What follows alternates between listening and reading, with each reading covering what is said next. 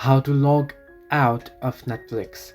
Hello everybody, welcome back to my channel. This is me Bipin Bisnath, and today I'll guide you on how you can log out of Netflix. Now the process itself is quite simple and easy, so let me guide it through. First things first, you can simply open up your Netflix and you want to log in to a particular profile. Now I'll just log in real quick. Once you're logged in, you shall get an interface like this, right? At the bottom, you can see home, games, news and hot, and my Netflix option at the bottom right. You want to simply tap on my Netflix option at the bottom right there. And now here what you want to do is you want to tap on the hamburger icon or the 3 horizontal line icon at the top right corner. And then there you can see manage profiles, app settings, account, help and sign out option. Simply tap on sign out and you'll get logged out of your account. So this way you can easily log out or sign out of Netflix.